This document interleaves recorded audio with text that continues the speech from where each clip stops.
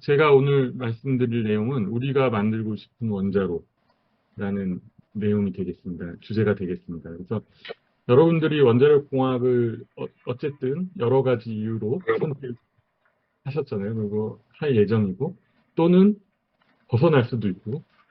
그래서 근데 이제 모든 그 진로의 고민이 결국엔 내가 무엇을 하면서 돈을 벌 것이냐. 그죠? 내가 어떤 일을 해야지 내가 행복할 것이냐, 이 주제인데, 여러분들이 어쨌든 공부를 열심히 해서 지금 대학생들이고, 이제 곧 있으면 대학원을 가든지 이제 취업을 할 예정인데, 결국엔 원자력이란 틀 안에서 지금 공부를 하고 있습니다. 그래서, 그럼 원자력이란 틀 안에서 결국엔 우리가 추구하는 게 무엇이냐, 왜 우리가 원자력공학 그 노이론을 공부하고 그다음에 열수력을 공부하고 재료를 공부하고 또 해결료를 공부하냐 또 폐기물 도중에 폐기물 공부하고 왜 방사선을 공부하냐 결국에는 이제 우리가 원자로를 만들려고 하는 목적이 있다. 그죠? 그 궁극적으로는 이제 우리가 그 어떤 원자로를 만들 것이냐 그걸 위해서 우리가 지금 지식을 쌓는 과정이니까 그런 부분에서 목표 지향적일 것이다 생각해서 이 주제를 선택을 해봤습니다. 근데 사실 여기 나와 있는 사진을 보시면 사실 우리가 만들고 싶은 원자로는 이미 그 다른 사람들이 많이 만들었죠. 그죠? 다른 사람들이 거의 만들었어요. 바다에서 또 만들었고, 그 다음에 이렇게 최근에 이제 마이크로 리액터라고 군에서 쓸 수 있는 또는 고립된 지역에 쓸 수 있는 이제 그 원자로도 만들고 있고, 그리고 이제 AI 기술을 이용해서 또 자율운전이 가능한 그 원자로 시스템도 디자인하고 있고, 더 안전한 원자로도 인간이 실수를 막는 또 AI 알고리즘을 이용해서 이렇게 융합 연구도 진행을 하고 있습니다. 이렇게 대학에 그 설치할 수 있는 안전한 원자로, 소형 원자로도 또 생각을 하고 있고, 그다음에 달 기지 건설할 때 쓸 수 있는 원자로도 이렇게 생각을 하고 있습니다. 그다음에 화성 탐사를 목표로 하는 또는 화성 이주를 목표로 하는 원자로도 이렇게 디자인을 요즘에 하고 있습니다. 그래서 이 모두가 우리가 이제 만들고 싶은 원자로 종류가 되겠는데요. 그럼 결국에는 그 응용 측면에서 지금 이 화면을 보여줬는데, 그죠? 왜냐면 우리 역사가 사실 이제 그 세계 2차 대전 끝나고 나서 연료 보급이 필요 없는 그 컴팩트한 밀도가 높은 에너지 기술이 필요했기 때문에 그런 부분에서 이제 군사적으로 활용이 먼저 시작이 됐고 그다음에 이제 우리가 이제 평화적인 목적의 이제 발전을 이제 추구해 왔다는 점에서 이제 응용적인 측면에서 이제 발전을 해온 거죠. 근데 본질적으로 우리가 그러면은 이런 다양한 응용들을 위해서 우리 삶의 윤택함을 위해서 여러 가지 목적에 군용이든 비군용이든 평화적인 이용이든 도대체 어떤 원자로를 우리가 만들어야 되느냐 우리의 목표는 그러니까 여러분들이 자동차를 만들어도 그죠?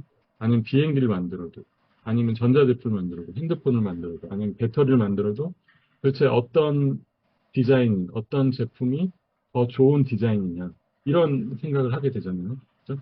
그래서 무엇이 더 나은 디자인이냐, 그걸 생각하고 여러분들이 이제 공부를 하는 거랑, 아니면 막연히 나는 거기 가서 일하겠다라는 생각을 가지고 하는 거랑 굉장히 다른 차이가 있을 거라고 봐요. 그래서 조금 더 그런 부분에서 저는 목표 지향적인 얘기를 하는 걸 좋아해서 이렇게 굉장히 시켰고요. 우리의 시작은 사실 이 리코버 제독이 원래 여기 뭐야, 그 그 보급 장교였어요. 이 사람이 원래 2차 대전 때 보급 장교라는 게 그 아, 뭔지 아시죠? 뭐 옛날에 그 군함 같은데 이제 연료 공급해주고 아니면 식량 공급해주고 보급선들을 많이 보내줘야 되는데 전쟁 서로 그럴 때 이제 그 보급을 담당한 사람이 이제 보고 나니까 너무 전쟁에서 이제 그 전사하는 사람들의 숫자를 보니까 실제 싸우다 죽는 사람보다 보급선이 타격을 받아서 죽는 경우가 더 많다는 걸 이제 알게 됐어요. 그래서 결국에는 연료 공급 측면에서 이 문제가 적들이 직접 싸움을 그 전투병들하고 안 하고 보급선을 깨- 게임으로 미리 이제 타격을 줌으로 인해서 전투의 승기를 가져가는 전략들을 세우기 때문에 이 보급이라는 측면에서 이제 굉장히 중요하다는 이제 깨달아서 이 사람이 원자력을 이제 듣게 되고 공부하게 되면서 24시간 또는 한 달간 또는 1년간 연료 보급이 필요 없는 그죠? 그런 그 에너지 그 저기 동력원으로 쓸 수 있겠다 해서 이 프로젝트를 시작하게 됩니다. 그래서 핵잠수함을 이제 개발하게 되고 지금 그 핵잠수함의 우수한 점을 지금 이렇게 직접 설명하는 장면입니다. 그래서 결국에 이제 목표 지향적으로 이제 간 거죠. 그래서 지금 보시면 이제 뉴클리어 네이비의 아버지다라고 해서 굉장히 이제 중요한 사람. 이 사람은 그 전기공학과 출신입니다. 김덕수 복수 전공. 그래서 결국에는 이제 여러분 잘 아시겠지만 에너지 밀도가 굉장히 높다. 그래서 이런 모바일 기술에 굉장히 탁월하고, 그다음에 우리 이게 이제 결국에 육상으로 올라와서 지금과 같은 발전소 기술이 되었다는 거는 이제 여러분 잘 아실 겁니다. 여러분 그 원자로 본 적이 있나요? 하나로 견학했나요? 네, 전화 해본 적 있습니다. 하나로 견학했어요? 네, 하나로. 그러면 네, 푸른 네, 이거 해봤습니다. 봤나요? 체렌코프 방사선. 네, 직접 맞아. 경험은 못했군요. 그 위에, 수조 위에 올라가면서 아, 네, 연구를. 봤습니다. 네, 그쵸. 사실 이 푸른빛을 봐야지 어떻게 보면 실체를 본 거거든요.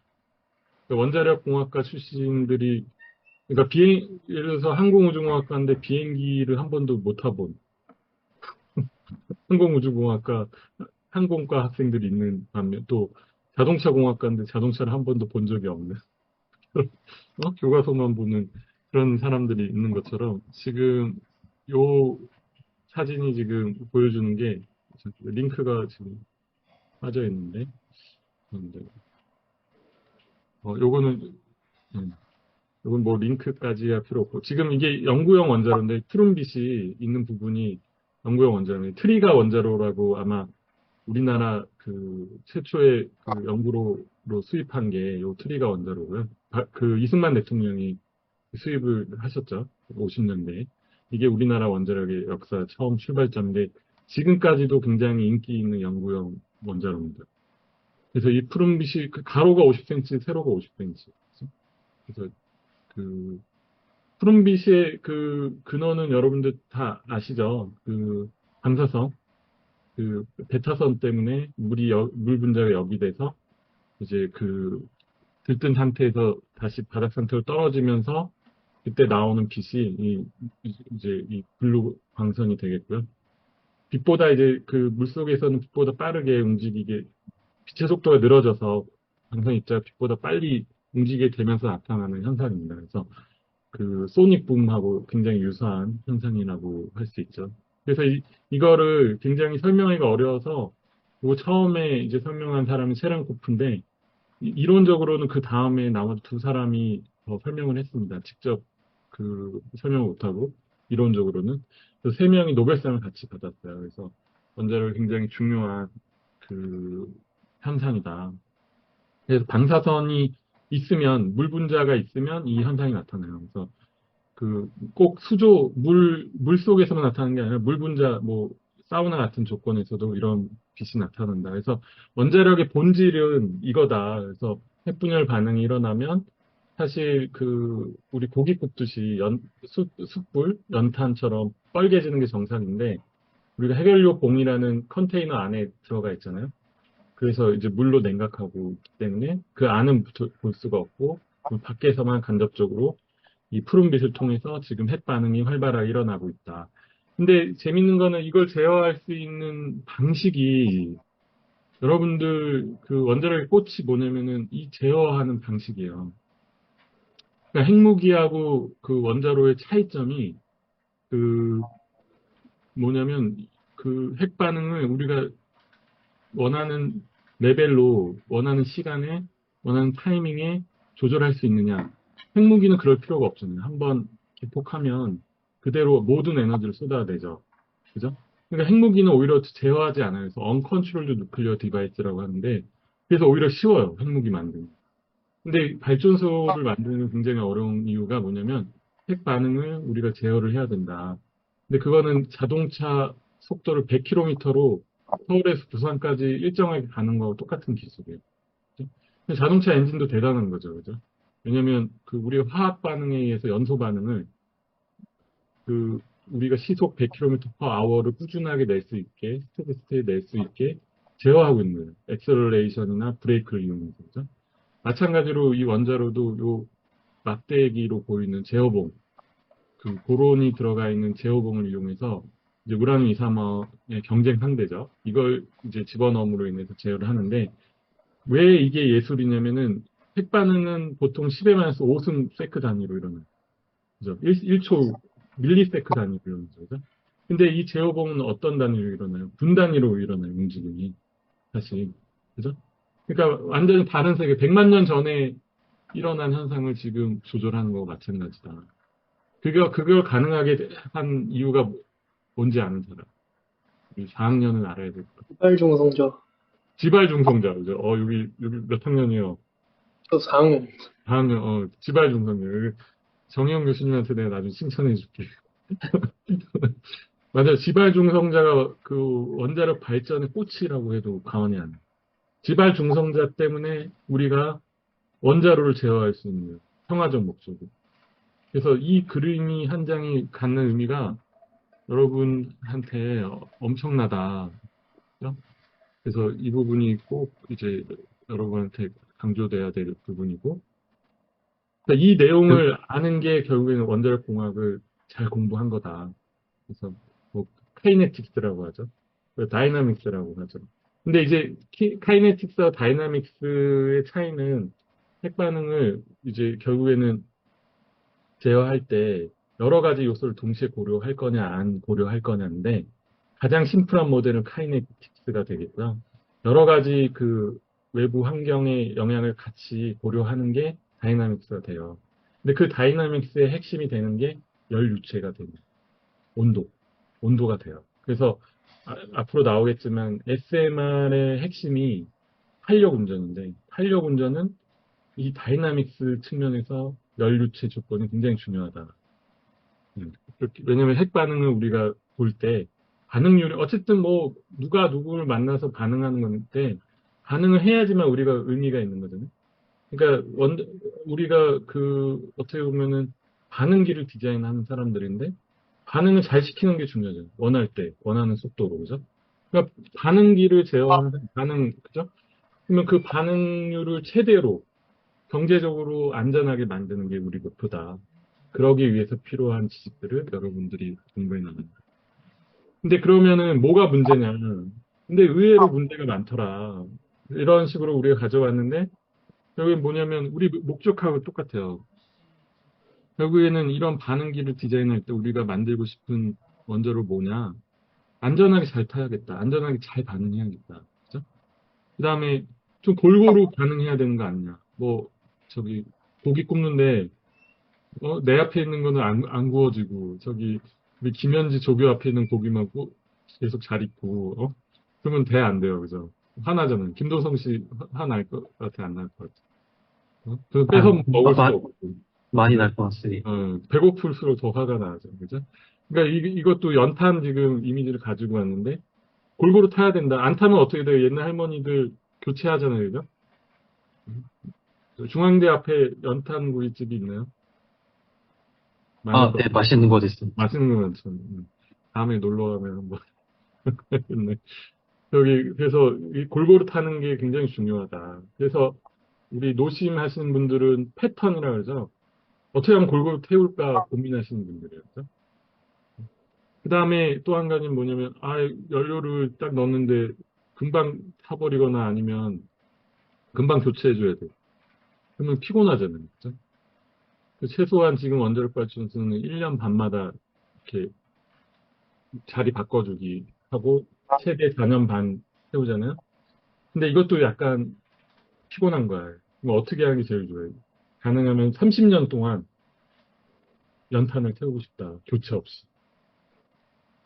어, 어, 안호철 씨, 그죠? 굉장히 멋진 일이죠. 그죠?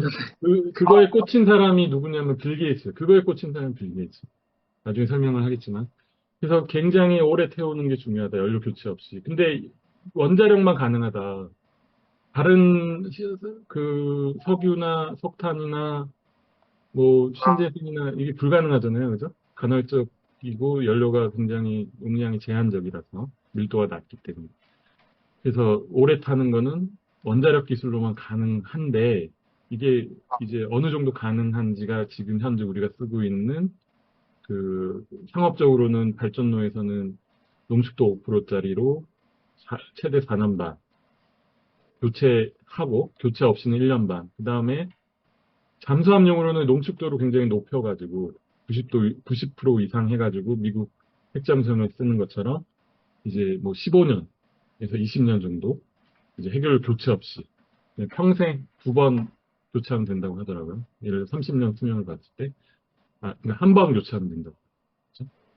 그러니까 그럼 그만큼 근데 이제 그게 가능할 거냐 전홍축에서도 이런 것들이 지금 그 여러분들하고 내 세대에서도 사실 제기된 문제예요. 제가 학생 때는 이런 얘기를 잘 못 들었어요. 사실 경수로 도입하기 바빴기 때문에 여러분들과 저는 공부한 내용이 굉장히 달라요. 저는 경수로 온리 포커스 맞춰가지고 그 수입해서 잘 써보자 이런 세대였고 지금 여러분들은 굉장히 어떻게 보면은 제한이 없는 무제한 정말 오리지널 컨셉에 이렇게 접근할 수 있는 그러한 내용들을 많이 접하게 됩니다. 근데 결국에는 우리가 만들고 싶은 원자로를 우리가 만들 수 있는 시대에 왔다는 거죠. 그죠? 그 정도 지식도 보유하고 능력도 보유한 시대에. 그리고 이제 여러분 잘 아시겠지만 사용후에 재가 없으면 좋잖아요. 그죠? 재가 적으면 좋고 재가 있어도 좀 다시 쓰면 좋겠다. 이 노란 부분도 다시 태울 수 있잖아요. 원자력은 그죠? 그런 의미에서 이제 재사용이 가능할 거냐. 그 다음에 꺼진 물도 다시 볼 필요가 없는. 그래서 워커웨이 세이프티라고 하는 사람이 도망가도 괜찮은 원자로. 그죠? 이게 후쿠시마 때 그 얘기가 나왔죠. 그죠? 쓰나미 났으니까 다 집에 가고 싶잖아요. 가족들 생사 때문에. 그죠? 그래서 사람이 필요 없는. 그래서 이런 거는 이제 스마트 AI하고 좀 접목이 되면 굉장히 요긴할 수 있는 미래 기술이죠. 아직 인허가 문제. 왜냐면 AI는 인간보다 실수를 많이 할 수도 있다라는 약간 부정적인 얘기도 많이 나오기 때문에. 그죠? 뭐, 분야에 따라 틀리겠지만. 그래서 어쨌든 이런 부분이 우리가 만들고자 하는 진정한 원자로다, 미래에. 그죠? 동의하십니까? 아닌가요? 경수로만 할 거예요? 경수로만 해도 먹고 사는 거는 문제 없어요. 그죠? 왜냐면 지금 제가 있는 이 울주군에 그 신고리죠, 옛날처럼. 세월 원전 3, 4, 5가 지어지고 있는데 수명이 60년이잖아요. 아직 운전을 시작을 안 했어요. 그러면 제가 지금 50인데 저보다 오래 살겠죠. 제가 60년 지나면 110살인데 우리 지금 짓고 있는 원전은 그죠? 60년 뒤에나 이제 수명을 다하니까 그죠? 수명 연장 20년 하면 80살에 살아야 되니까 사실 원자력 공학과 출신들은 사실 걱정 안 해도 된다. 왜냐면 경수로만 없도 그렇지만 더 안전한 기술이 나오면 좋겠다. 그래야지 조금 더 많은 사람들이 우리를 지지해주고 안심하고 살 수 있기 때문에.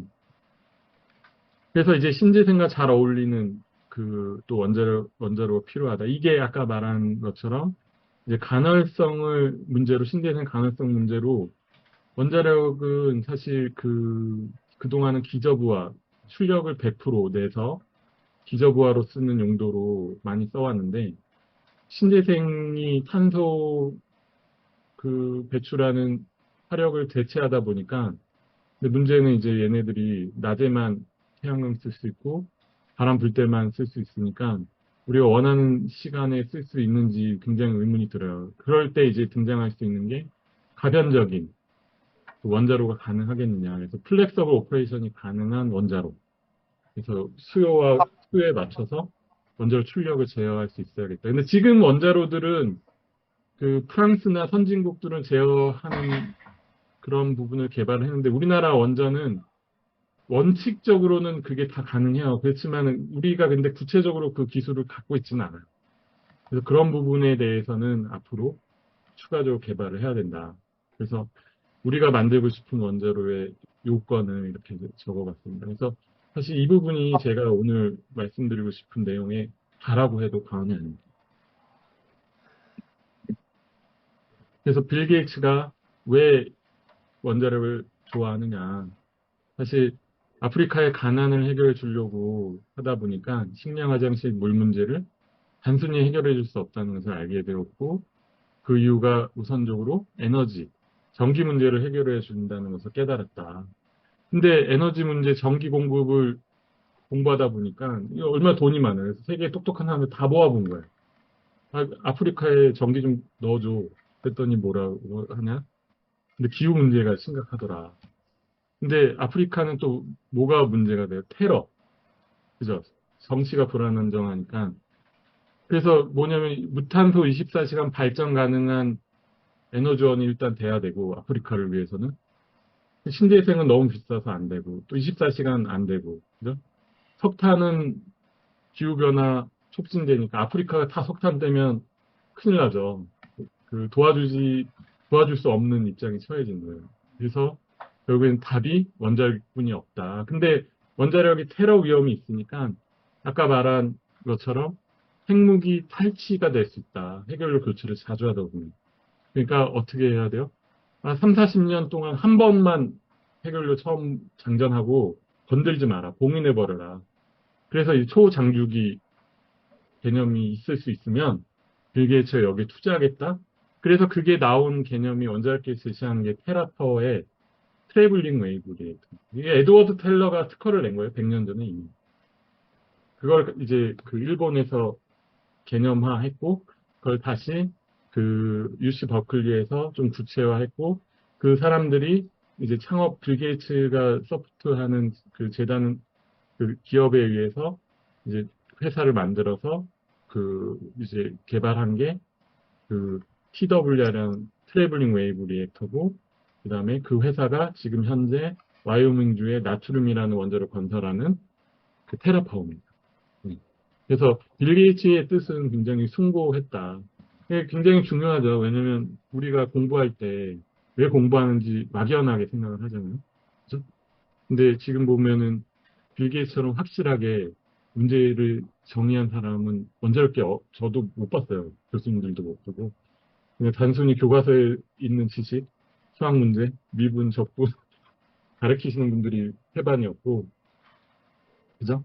왜 이걸 해야 되냐에 대해서 고민을 많이 할 수 없는 시기였다.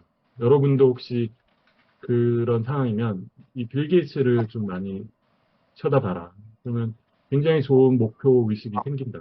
그래서 공부가 재밌어져요. 공부가. 지금 하고 있는 공부가 너무 재밌어져서 감당이 안 될 수도 있습니다. 믿거나 말거나. 그래서 오늘 이 동영상이 좀 작동을 좀 안 하는데, 작동을 하네요. 요거는 뭐냐면 독일에서 나온 자료입니다. 독일에서. 프랑스하고 저기 뭐야 독일을 비교해 봤더니 탄소 배출량입니다. 여기 보시면 아시겠죠? 여러분 좋아하는 파이썬으로 그린 건 아니고 매트랩으로 그렸다고. 그래서 이제 자료 보면은 신재생을 지금 수요보다 훨씬 더 많이 깔은 독일은 오히려 탄소 배출이 더 많고, 프랑스는 원자력이 70%, 80%잖아요. 탄소 배출이 거의 없더라. 요 얘기가 되겠죠. 그래서 독일의 2021년까지 이 투자량을 보니까 여러분 이렇게 생각해요. 독일이나 우리나라가 전기 요구량이 비슷해요. 100기가와트. 그러니까 100이라고 보면 돼요.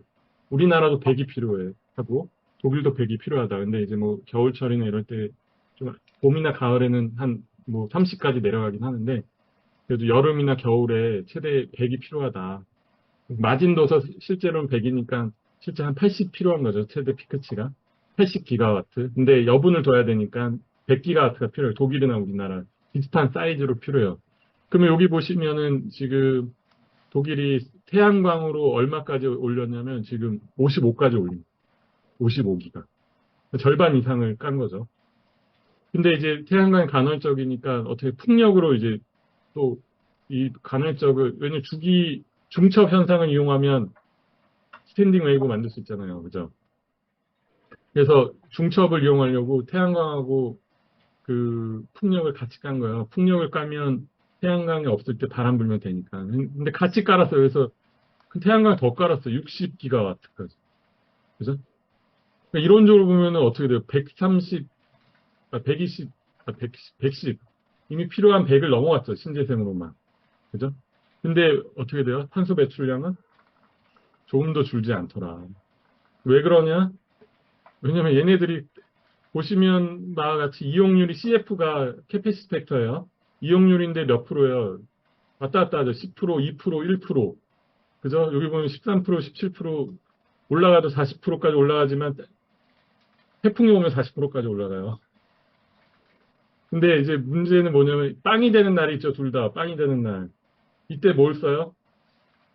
이때 석탄을 쓰는 거예요. 석탄 45%까지 올라갔죠. 천연가스 빼고도 45%까지 올라갔어요. 그러니까 보통 우리나라와 비슷하니까 우리나라도 65%가 석탄하고 그 천연가스에서 나오죠. 발전량이.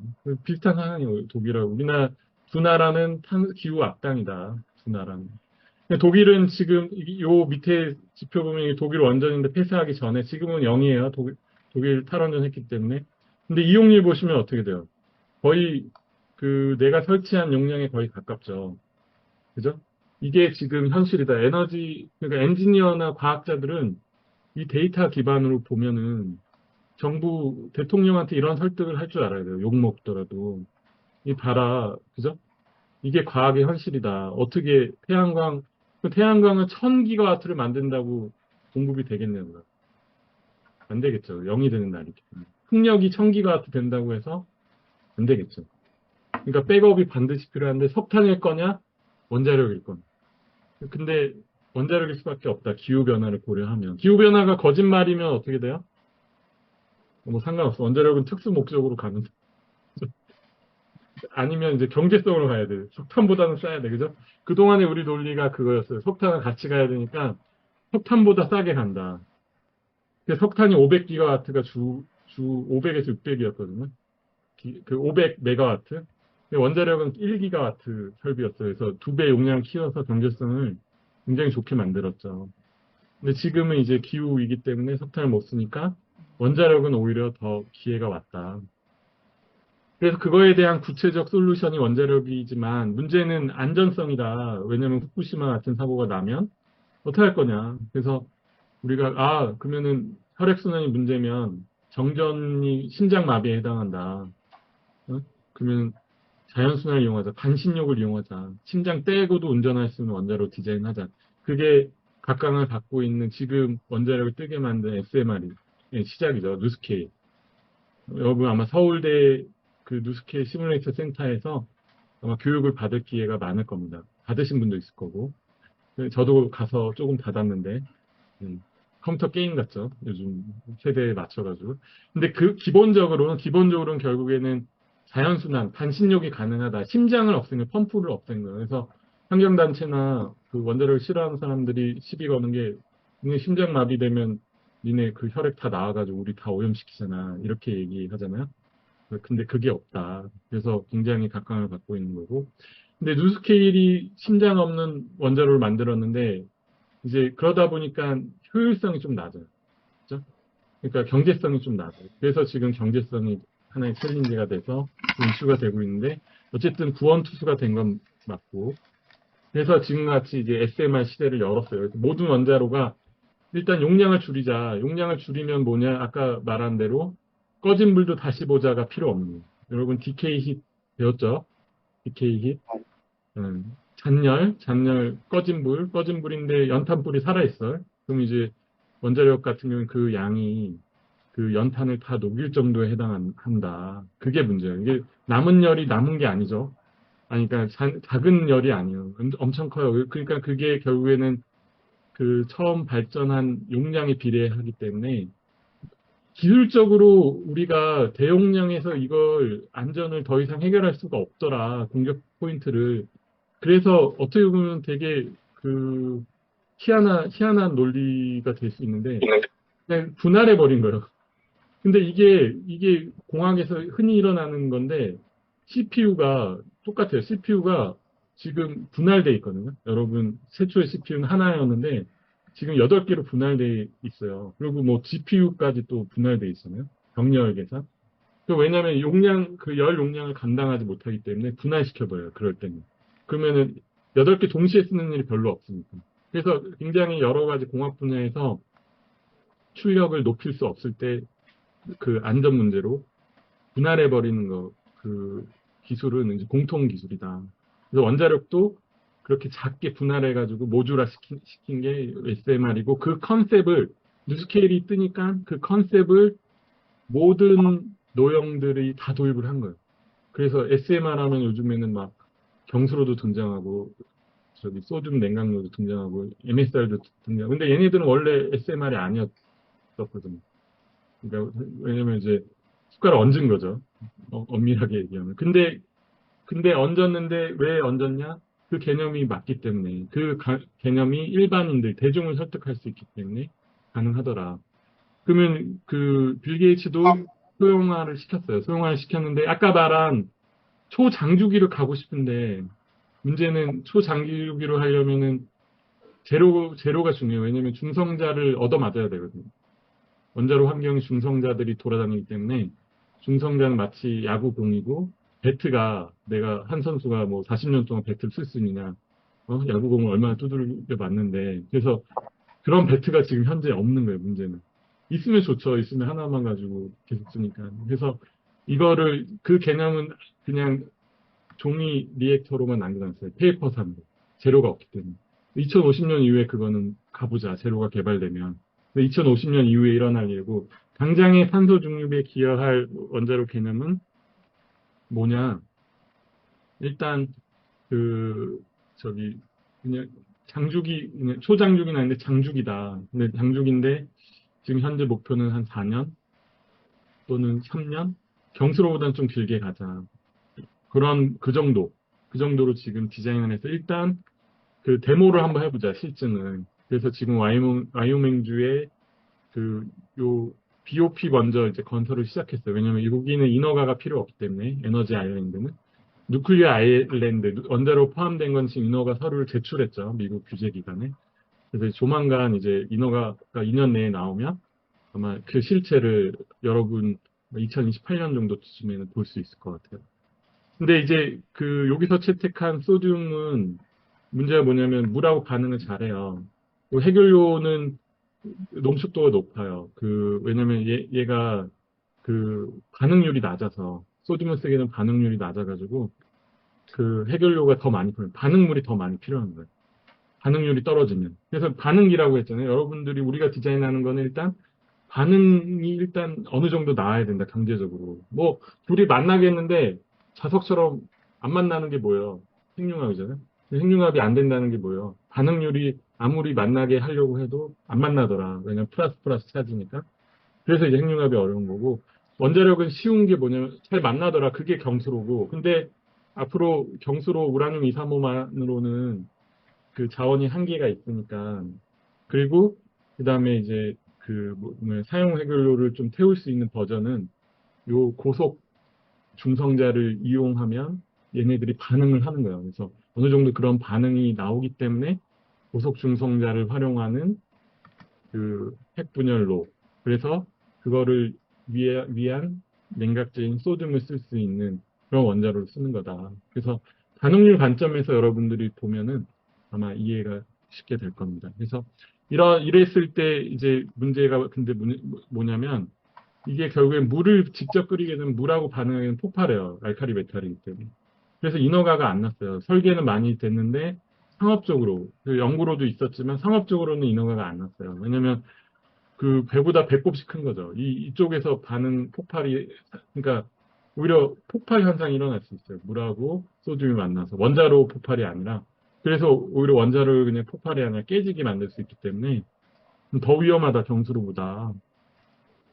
근데 이제 빌 게이츠 회사는 이거를 그럼 물을 안 쓰겠다. 그래서 해양 열에 쓰이는 고온에서 액체로 존재하는 소금을 쓰겠다. 솔트를.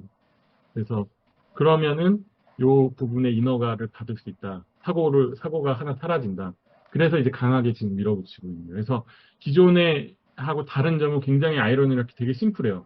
그러니까 여러분들이 공학의 발견을 할 때, 발명을 할 때, 오늘 이 수업이 약간 IP하고도 좀 관련이 있는데, 왜냐면 우리나라 수출하지만 원천 기술은 미국에 있잖아요. 그죠?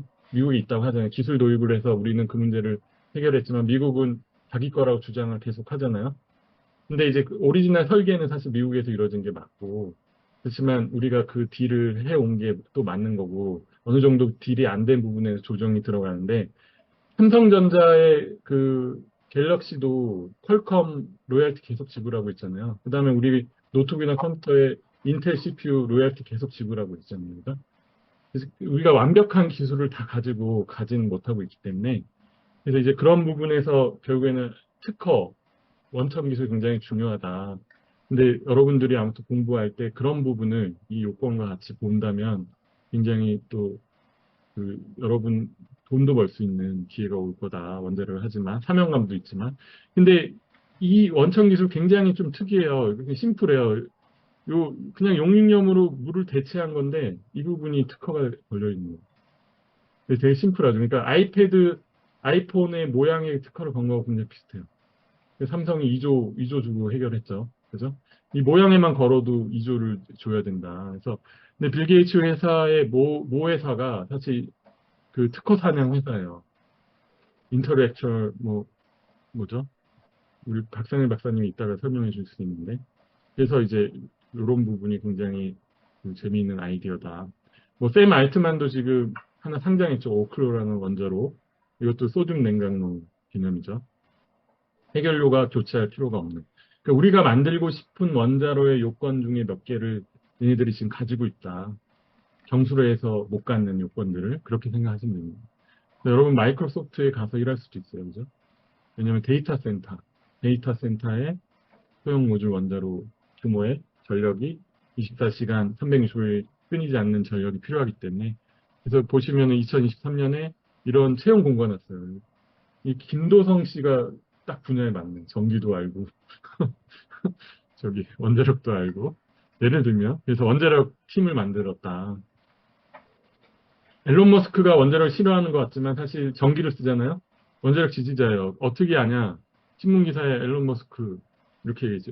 It's possible to make extremely safe nuclear power plant. 이런 얘기를 했어요. 여러분은 알게 모르게. 근데 모르죠. 대부분 저만 알고 있어요. 근데 지금 X로 바뀌었죠. 트위터에 이런 글을 남겼어요. 우크라이나 침공, 러시아가 우크라이나 침공했을 때 이제 천연가스 러시아가 인지를 잡으니까 앨런 머스크가 이렇게 해서 유럽은 다시 원자력을 시작해야 된다. 우리 체코 얘기하고 똑같죠.